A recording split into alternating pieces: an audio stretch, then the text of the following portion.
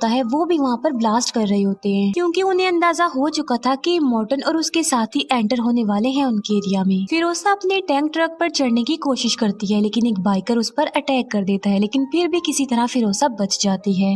अभी मॉर्टन के लिए तो रास्ता ब्लॉक हो चुका था, लेकिन ये लोग अपनी मंजिल की तरफ आगे बढ़ रहे थे। लेकिन वो बाइकर्स फिरोसा का पीछा करते हैं, क्योंकि उन्हें पता चल चुका था कि फिरोसा के साथ कोई और भी है, जबकि फिरोसा ने कहा था कि सिर्फ वो ही अकेली यहाँ से बचकर जाएगी। कि मॉर्टन और उसकी आर्मी बंद रास्ते से ही आगे बढ़ने की कोशिश कर रही है। वहीं पर ही मॉर्टन न्यूक्स को देख लेता है और वो उससे भी अपने साथ शामिल कर लेता है, जबकि वो बाइकर्स फिरोसा और उसके साथियों का पीछा कर रहे थे उन्हें पकड़ने के लिए। वो बाइकर्स टैंक ट्रक में आग लगाने की कोशिश करते हैं, लेकिन फिरोसा और मैक्स उनका काफी मुकाबला करते हैं। इमोर्टन टैंक ट्रक के पास आकर फिरोसा को शूट करने वाला होता है, तभी वो प्रेग्नेंट लेडी इमोर्टन के सामने आ जाती है। अब क्योंकि वो इमोर्टन की बच्चे की माँ थी, इसीलिए इमोर्टन उसे कुछ नहीं कहता, उसे छोड़ देता है। अब न्यूक्स क्योंकि इमोर्टन के साथ था, इसीलिए वो फिरोसा के टैंक ट्रक पर चढ़ने की कोशिश करता है। अब न्यूक्स के हाथ पर एक चेन लगी हुई थी, जिसकी वजह से वो एक जगह पर अटक जाता है और उसके हाथ में एक गन भी थी, वो भी गिर जाती है। इमोर्टन जब ये सब कुछ देखता है तो उसे काफी गुस्सा आ जाता है। उसी आर्मी में इमोर्टन का एक जायंट भी था, जो कि असल में इमोर्टन का बेटा था।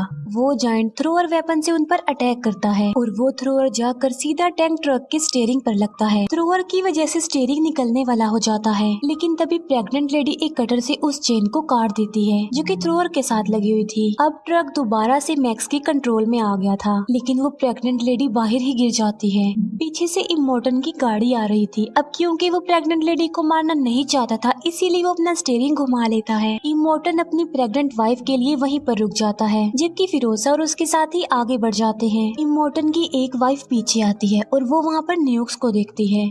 न्यूक्स जो कि काफी अपसेट था और मायूस भी था कि उसने कुछ भी नहीं किया, लेकिन इमोर्टन की वाइफ न्यूक्स को रिलैक्स करती है, जिसकी वजह से न्यूक्स को काफी अच्छा फील होता है। अब न्यूक्स डिसाइड कर लेता है कि वो इन लड़कियों यानी इमोर्टन की वाइफ्स की हेल्प करेगा। रात को फिरोसा मैक्स को अपने मकसद के बारे में बताती है। फिरोसा मैक्स को बताती है कि जब मैं छोटी सी थी तो मैं एक ग्रीन एरिया में रहती थी। वो बताती है कि उस जगह पर ग्रीनरी थी, इसी वजह से उसका नाम ग्रीन एरिया था और वो वहाँ पर अपनी फैमिली के साथ रहती थी। लेकिन तभी वहाँ पर इमोर्टन ने अटैक कर दिया और वो फिरोसा को अपनी बेटी बनाकर अडॉप्ट करके अपने साथ ले आया। वो कहती है कि मैं वापस अपनी फैमिली के पास जाना चाहती हूँ, ताकि मैं भी एक इंसानों वाली जिंदगी जीऊँ, क्योंकि यहाँ पर तो लोग किसी जानवर से कम जिंदगी नहीं गुजार रहे थे। फिर वो लोग ऐसी जमीन से गुजरते हैं जहाँ पर दलदल था, यानी वो सारी जमीन दलदल ही थी और वहाँ पर उनका टैंक ट्रक फंस जाता है। दूसरी तरफ इमोर्टन की आर्मी अभी भी इन लोगों का पीछा ही कर रही थी। इमोर्टन की प्रेग्नेंट बीवी मर चुकी थी। इमोर्टन का एक साथी चेक करता है तो वो देखता है कि इमोर्टन का बच्चा भी मर चुका है। अपने बच्चे को खो देने की वजह से काफी गुस्से में आ जाता है। इमोर्टन अपने जॉइंट बेटे से कहता है कि तुम्हारा एक भाई था जो कि मर गया।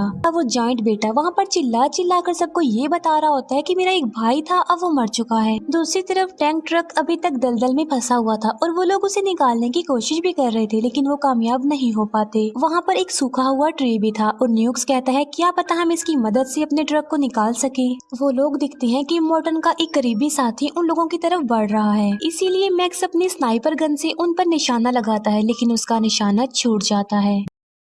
फिर उन पर फिरोसा निशाना लगाती है, जिसकी वजह से इमोर्टन के साथी की दोनों आंखें डैमेज हो जाती हैं और वो ब्लाइंड हो जाता है। लेकिन इमोर्टन का वो साथी फिर भी नहीं रुकता और फायरिंग करते हुए उनकी तरफ बढ़ रहा होता है। वो लोग टैंक ट्रक को दलदल से निकालने की काफी कोशिश करते हैं और इसमें कामयाब भी हो जाते हैं। उनका टैंक ट्रक दलदल से निकल जाता है और वो आगे बढ़ जाते हैं। फिर ये लोग एक ऐसी जगह पर पहुंच जाते हैं जहां पर एक टावर था और वहां पर एक लेडी हेल्प के लिए चिल्ला रही थी।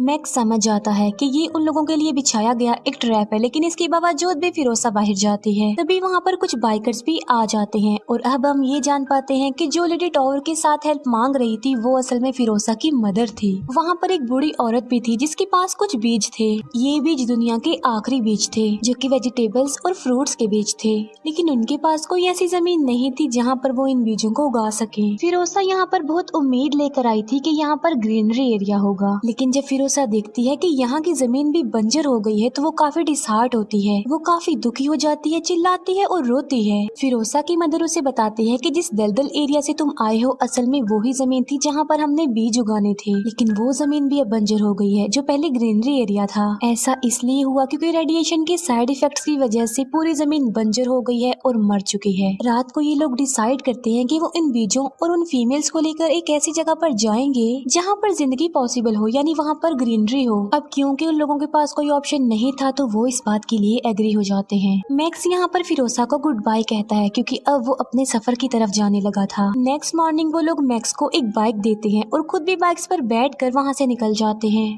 लेकिन फिर मैक्स को उसकी फैमिली के विजन्स आने लगते हैं जो ये कहना चाह रहे थे कि फिरोसा और उनके लोगों की हेल्प करो। तभी मैक्स का इरादा चेंज हो जाता है और वो बाइक पर बैठकर उन लोगों के पास आ जाता है। मैक्स फिरोसा को समझाता है कि अगर तुम नई जिंदगी का स्टार्ट लेना चाहती हो, ग्रीनरी एरिया को ढूंढ रही हो, तो तुम वापस उसी जगह पर चली जाओ जहाँ से तुम आई हो। लेकिन वहाँ पर तो इन लोगों को इमोर्टन की वजह से खतरा था। लेकिन फिर भी फिरोसा मैक्स की बातों पर यकीन करके इस बात के लिए एग्री हो जाती है। वो वापस उसी रास्ते पर चल देती है जहाँ से वो आई थी, यानी इमोर्टन के एरिया से। इमोर्टन को जब ये बात पता चलती है कि फिरोसा और वो लोग वापस जा रहे हैं तो वो एक बार फिर से उनका पीछा करने लग जाता है। फिर यहाँ इन लोगों के दरमियान जंग छिड़ जाती है। मैक्स इमोर्टन को मारने की कोशिश करता है। वो बूढ़ी औरत मारी जाती है जिसके पास बीज थे। फिर फिरोसा इमोर्टन के फेस पर लगा हुआ वो मास्क ही खींच लेती है। अब क्योंकि इमोर्टन का वो मास्क उसके फेस के साथ ही जुड़ा हुआ था जिसकी वजह से उसका चेहरा और ज्यादा भयानक हो जाता है। मौके पर ही इमोर्टन की मौत हो जाती है। फिर यहाँ पर न्यूक्स खुद को सेक्रीफाइस कर देता है। वो अपनी गाड़ी को ही ब्लास्ट कर लेता है। इसी बीच फिरोसा भी काफी इंजर्ड हो जाती है, लेकिन वो अपने एरिया तक अब पहुँच चुकी थी। इमोर्टन की आर्मी को जब ये बात पता चलती है कि इमोर्टन मर चुका है तो वो काफी खुश हो जाती है।